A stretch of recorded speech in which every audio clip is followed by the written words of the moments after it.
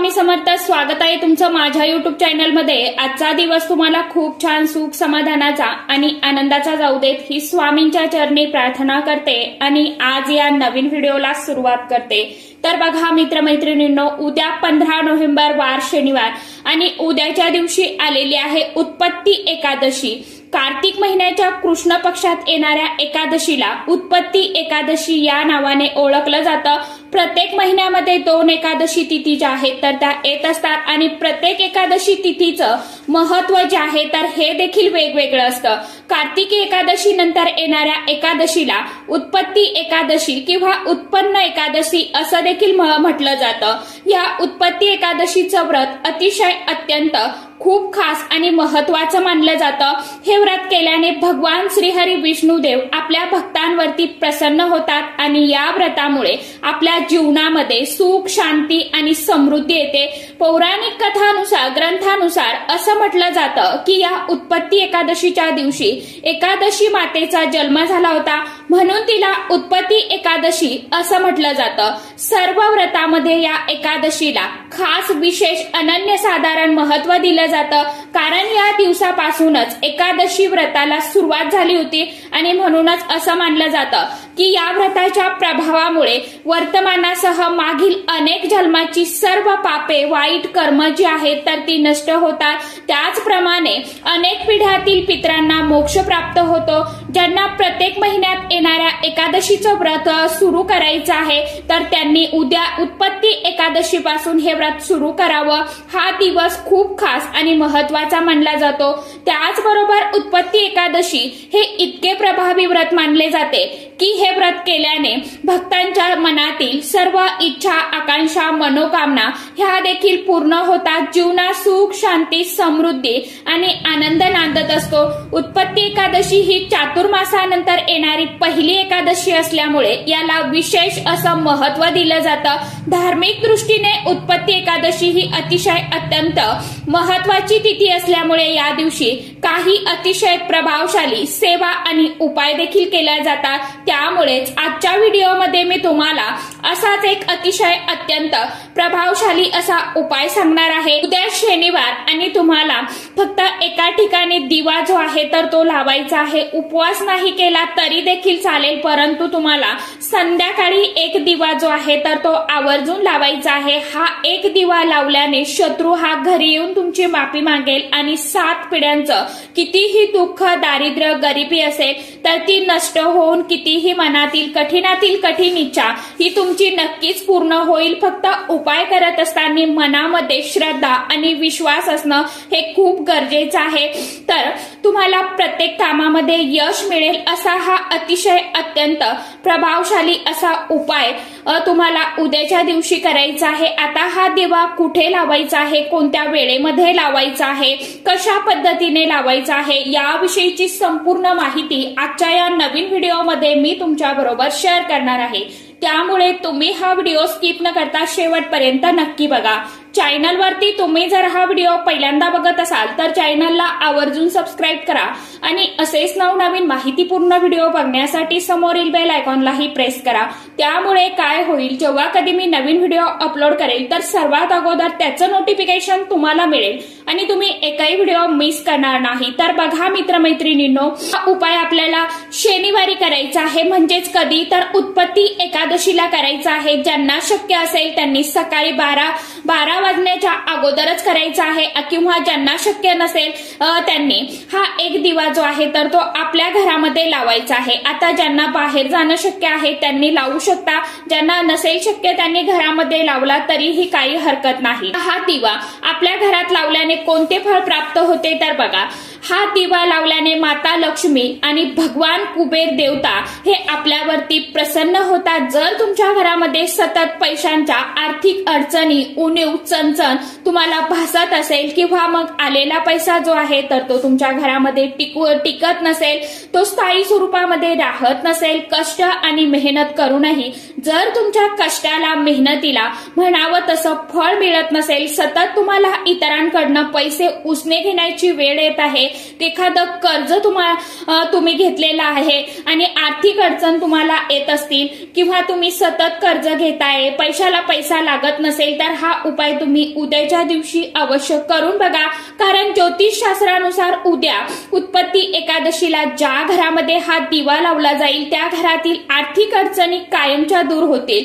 त्याचप्रमाणे तुम्हाला एखाद्या शत्रूचा वारंवार त्रास होत असेल, मग हा शत्रू तुमचा गुपित असेल किंवा शत्रूचं नाव तुम्हाला माहित असेल, शत्रू आपल्या घराच्याच आजूबाजूला राहत असेल, बऱ्याच वेळा आपल्या घराच्याच आजूबाजूला जळाऊ प्रवृत्तीची लोक असतात, त्यांच्या मनामध्ये आपल्याबद्दल एक नकारात्मकता असते, वाईट भावना असतात, त्यामुळे त्यांचे दोष जे आहेत तर ते आपल्याला लागत असतात. त्याला शत्रुपीडा किंवा शत्रुबाधा, नजरबाधा असं देखील म्हटलं जातं. आणि या दोषामुळे आपल्या महत्वाच्या कामामध्ये अडचणी, अडथळे जे आहेत तर ते यायला सुरुवात होते.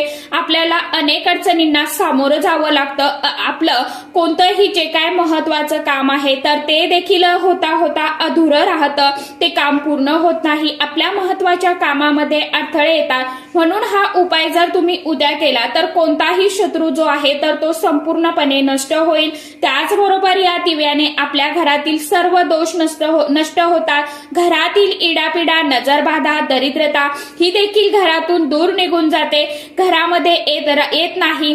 हा उपाय करण्यासाठी तुम्हाला उद्या उत्पत्ती एकादशीला सकाळी लवकर उठायचं आहे, स्वच्छ स्नान करायचं आहे, आंघोळीच्या पाण्यामध्ये चिमूटभर हळद आणि थोडंसं खडे मीठ जे आहे तर ते तुम्हाला टाकायचं आहे.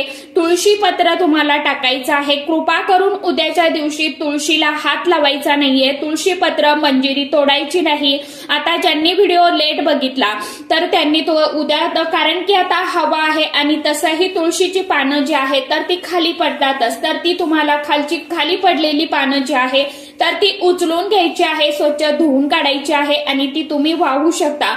तुळशी पत्र अगोदरची जर तुमच्या घरामध्ये तोडलेली असेल तरी देखील चालणार आहे, कारण की तुळस जी आहे तर ती कधीही शिळी होत नाही. त्यामुळे तुम्ही अगोदरचं तुळशी पत्र जे आहे वाहलेलं तर ते उद्याच्या दिवशी तुम्ही धुवून परत वापरू शकता. फक्त कृपा करून उद्या कुणीही तुळशी मातेला दुःखी करू नका. म्हणजेच काय तर मंजिरी किंवा पानं जे आहेत तर ती तोडू नका. एक तुळशी पत्र पाण्यामध्ये टाकायचं आहे. पाण्यामध्ये टाकल्यानंतर तुळशी पत्र जे आहे तर ते बाथरूम मध्ये पडेल आणि त्यावरती आपले पाय पडतील. असं करू नका. तर ते पान आपल्याला नंतर काढून घ्यायचं आहे आणि नंतर एखाद्या झाडाच्या कुंडीमध्ये तुम्हाला टाकून द्यायचं आहे. याची आपल्याला आवर्जून काळजी घ्यायची आहे, कारण यामुळे काय होतं, आपल्या शरीराचं शुद्धीकरण होत असतं. आपलं शरीर, मन जे आहे तर ते शुद्ध होतं आणि पवित्र बनतं. आपलं शरीर हे शुद्ध आणि पवित्र होत असेल, आपण यानंतर जो काही उपाय करतो त्या केलेल्या सेवेचं, उपायांचं फळ आपल्याला जे आहे तर ते निश्चितच मिळत असतं. यानंतर स्वच्छ कपडे आपल्याला परिधान करायचे. सर्वप्रथम आपल्या देवघरातील देवी देवतांचं नित्य पूजन, सेवा जी आहे तर ती आपल्याला करून घ्यायची आहे. भगवान विष्णुदेवांची तुमच्या घरामध्ये जर मूर्ती असेल तर मूर्तीवरती अभिषेक करायचा आहे. फोटो असेल तर पाण्याचा थोडासा शिरकावा द्यायचा आहे फोटोवरती आणि फोटो पुसून घ्यायचा आहे. छान चंदन, अष्टगंध तुम्हाला फोटोला, मूर्तीला लावायचा आहे. धूप, दीप, अगरबत्ती लावून घरामध्ये वातावरण जे आहे तर ते प्रसन्नमय, मंगलमय करायचं आहे. भगवान विष्णुदेवांना पिवळी फुलं, पिवळ्या मिठाईचा नैवेद्य अर्पण करायचा आहे आणि यानंतर लगेचच हा उपाय जो आहे तर तुम्हाला करायचा आहे. उपाय करण्यासाठी आपल्याला थोडंसं गव्हाचं कणिक मळायचं आहे. कणिक मळत असताना त्यामध्ये चिमूटभर हळद घालायची आहे. मीठ आपल्याला घालायचं नाही. कणकेचा रंग थोडासा पिवळा होईल एवढी हळद आपल्याला त्या पिठामध्ये टाकायची आहे आणि त्या गव्हाच्या पिठाचा, कणकेचा तुम्हाला एक चौमुखी दिवा जो आहे तर तो तयार करून घ्यायचा आहे. चौमुखी दिवा का बनवायचा तर बघा, देवउठणी एकादशी म्हणजे कार्तिक एकादशीला भगवान विष्णुदेव हे 4 महिन्यांच्या योग निद्रेतून जागे होतात आणि उत्पत्ती एकादशी ही चातुर्मासानंतर येणारी पहिलीच एकादशी आहे. याच दिवशी दिवशी एकादशी मातेचा जन्म देखील झालेला आहे आणि या दिवसापासूनच एकादशी व्रताला सुरुवात झाली आणि याच एकादशीला भगवान श्रीहरी विष्णू देवांनी सृष्टीचा कारभार हाती घेतला होता। म्हणजे 4 महिन्यानंतर त्यांनी सृष्टीचा कारभार परत आपल्या हाती घेतला होता। म्हणून आपल्याला चौमुखी दिवा जो आहे तर तो बनवायचा आहे। आता चौमुखी दिवा बनवल्यानंतर प्रत्येक साईडला आपल्याला दुहेरी कापसाची वात जी आहे तर ती करून लावायची आहे। आता दुहेरी वात कशी, तर 2 वातीची एक वात आपल्याला त्या 4 कोपऱ्यांना अशा 8 वाती तुम्हाला त्या दिव्यामध्ये लावायच्या आहे। आता बरेचसे जण काय करतात की 2 वाती बनवतात, इकडनं एक टोक काढतात, तिकडनं एक टोक काढतात की झाल्या 4 वाती। तर तसं तुम्हाला करायचं नाहीये। 4 वाती ज्या आहेत तर त्या तुम्हाला स्पेशल टाकायच्या आहे दिव्यामध्ये, तेव्हाच तुमच्या त्या 4 वाती होतात। अशा पद्धतीने तुम्हाला वाती लावायच्या आहे। त्या दिव्यामध्ये तुम्हाला शुद्ध गाईचं तूप जे आहे तर ते घालायचं आहे। एक प्लेट घ्यायची आहे, प्लेटमध्ये तुम्हाला हळदीने एक स्वस्तिक बनवायचं आहे, काढायचं आहे। स्वस्तिक काढताना तुम्हाला मधले 4 डॉट जे आहेत तर ते द्यायचे आहे आणि साईडला 2-2 लाईन सुद्धा ओढून घ्यायच्या आहे। यानंतर त्या स्वस्तिक वरती आपल्याला मुठभर चणा डाळ जी आहे, हरभरा डाळ तर ती ठेवायची आहे। हरभरा डाळ ही लक्ष्मी प्राप्तीसाठी आणि धन प्राप्तीसाठी अतिशय अत्यंत महत्वाची मानली जाते। या डाळीमध्ये साक्षात भगवान श्रीहरी विष्णू देवांचं वास्तव्य असतं, म्हणून आपल्याला त्या स्वस्तिक वरती मुठभर हरभरा डाळ जी आहे तर ती आवर्जून ठेवायची आहे आणि त्या डाळीवरती आपल्याला आपण जो हा दिवा तयार केलेला आहे तर तो ठेवायचा आहे आणि प्रज्वलित करायचा आहे। हा दिवा आपल्याला प्रज्वलित करायचा आहे। केल्यानंतर दिवा प्रज्वलित केल्यानंतर दिव्यामध्ये आपल्याला 5 रुपयाचं 1 रुपयाचं एक नाणं जे आहे तर ते टाकायचं आहे। यानंतर 2 फूल असलेल्या लवंगा टाकायच्या आहे। दिव्याला देखील हळदी, कुंकू, फूल, अक्षदा अर्पण करायचे आहे, नमस्कार करायचा आहे, धूप दीप ओवाळून घ्यायचा आहे आणि हा दिवा आपल्याला आपल्या देवघरामध्ये लावण्यापूर्वी सर्वप्रथम तुम्ही जो दिवा तुमच्या देवघरामध्ये नेहमी लावता दररोजचा आपला दिवा तर तो लावून घ्यायचा आहे। दिवा जो आहे तर तुम्हाला प्रज्वलित करून घ्यायचा आणि दिवा लावल्यानंतर तिथेच तुम्हाला तुमच्या देवघरासमोर आसनावरती बसायचं आहे आणि 3 वेळा महालक्ष्मी अष्टकम पठण करायचं आहे। 108 वेळा ओम नमो भगवते वासुदेवाय नमः या मंत्राचं तुम्हाला पठण करायचं आहे। आता एक सांगेल व्हिडिओमध्येच तुम्हाला, ज्यांना महालक्ष्मी अष्टकम येत नाही किंवा त्यांना माहित नाही कुठे आहे, कशात आहे, तर ते तुम्हाला जर हवं असेल तर मला नक्कीच सांगा, कारण की मार्गशीर्ष महिन्यामध्ये महालक्ष्मी अष्टकमची सेवा जी आहे तर ती खूप प्रभावी सेवा मानली जाते। ज्यांना माझ्याकडून ती पठण करून तुम्हाला जर व्हिडिओद्वारे जर ऐकायचं असेल तर तोही व्हिडिओ मी लवकर आपल्या चॅनलवरती बनवून टाकेल। मला तशा कमेंट करा, मी लवकरच तयार करेल तोही व्हिडिओ। त्या मंत्राचं तुम्हाला पठण करायचं आहे आणि दोन्ही हात जोडून तुमच्या आयुष्यामध्ये ज्या काही अडचणी आहे, संकट आहे, विघ्न आहे तर ती दूर होण्यासाठी भगवान विष्णुदेव आणि माता लक्ष्मीला अगदी तळमळीने मनोभावे प्रार्थना करायची आहे। यानंतर हा दिवा तिथेच तुम्हाला तुमच्या देवघरामध्ये ठेवायचा आहे। संध्याकाळी सुद्धा त्याच दिव्यामध्ये तुम्हाला तूप घालायचं आहे आणि हा दिवा परत संध्याकाळी देखील तुमच्या देवघरामध्ये तुम्हाला प्रज्वलित करायचा आहे।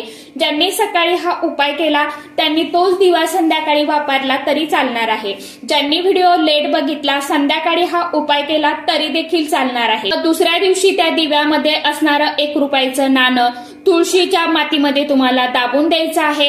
2 लवंगा सुद्धा तुम्हाला तुळशीच्या मातीमध्येच टाकायच्या आहे, म्हणजे दाबून टाकायच्या आहे आणि हा दिव्याखाली आपण जी हरभरा डाळ ठेवली होती तर ती एखाद्या मोठ्या झाडाखाली तुम्हाला नेऊन ठेवायची आहे, जेणेकरून तिथे पशु पक्षी कीटक जे आहे, मुंग्या, तर तो दिवा ते खाऊन घेतील आणि त्या झाडाखालचे कीटक मुंग्या जे आहे तर त्या खाऊन घेतील। जशी आपण ही कणिक तिथे ठेवलेला आहे, हा दिवा जो ठेवलेला आहे तो तशी कणिक खाईल, तशी आपली प्रगती जी आहे तर ती वाढायला सुरुवात होईल। त्याचबरोबर आपल्याला जे काही नजर दोष लागलेले असेल तर ते दोष देखील हळूहळू कमी व्हायला मदत होईल। एकादशीच्या दिवशी हा कणकेचा दिवा लावायला खूप जास्त अतिशय महत्व आहे। चांदीच्या सोन्याच्या दिव्यापेक्षाही कणकेचा दिवा हा अतिशय सर्वात श्रेष्ठ मानला जातो आणि या उत्पत्ती एकादशीला हा दिवा लावणं अतिशय महत्वाचं आहे आणि म्हणूनच तुम्हाला अशा पद्धतीने उत्पत्ती एकादशीला हा एक दिवा जो आहे तर तो आवर्जून लावायचा आहे। तर सांगितल्याप्रमाणे दिवा जो आहे तर तो नक्की लावून बघा. तुम्हाला काय परिणाम आहे तर ते काही दिवसामध्ये जाणवायला सुरुवात होईल. जाता जाता परत एकदा सांगते, असं होणार नाही. आपल्याला सोबतच कष्ट मेहनत जी आहे तर ती करायची आहे. सोबतच आपला विश्वास जो आहे तर तो देखील तितका असणं गरजेचं आहे. आपण किती विश्वासाने मनापासून उपाय करतो हे देखील महत्वाचं असतं. काहींना उपाय केल्यानंतर लगेच फळ मिळतं तर काहींना वेळ लागतो. कारण मी प्रत्येक व्हिडिओमध्ये सर्वांना सांगतच असते, काहींना वेळ लागतो तर काहींना केलेल्या सेवेचं उपायांचं फळ जे आहे तर ते लवकर मिळतं. म्हणून उपाय करत चला, सेवा करत चला आणि सर्वात महत्वाचं म्हणजे सेवा करा, सेवेकरी घडवत चला. तर सांगितल्याप्रमाणे उद्याच्या दिवशी आवर्जून उपाय करून बघा. नक्कीच तुम्हाला केलेल्या सेवेचं उपायांचं फळ जे आहे तर ते नक्कीच मिळेल. तर चला, झालेली जी काय माझी छोटीशी सेवा आहे तर ती स्वामींच्या चरणी रुजू करते आणि आजच्या व्हिडिओचा इथेच एंड करते. तर आजच्या व्हिडिओमध्ये इतकीच माहिती होती. कशी वाटली नक्की सांगा. व्हिडिओ आवडला तर चॅनलला आवर्जून लाईक, शेअर, सबस्क्राईब जरूर करा. परत भेटूया नवीन माहितीसोबत, नवीन व्हिडिओसोबत. तोपर्यंत सर्व माझ्या युट्यूब परिवाराला श्री स्वामी समर्थ.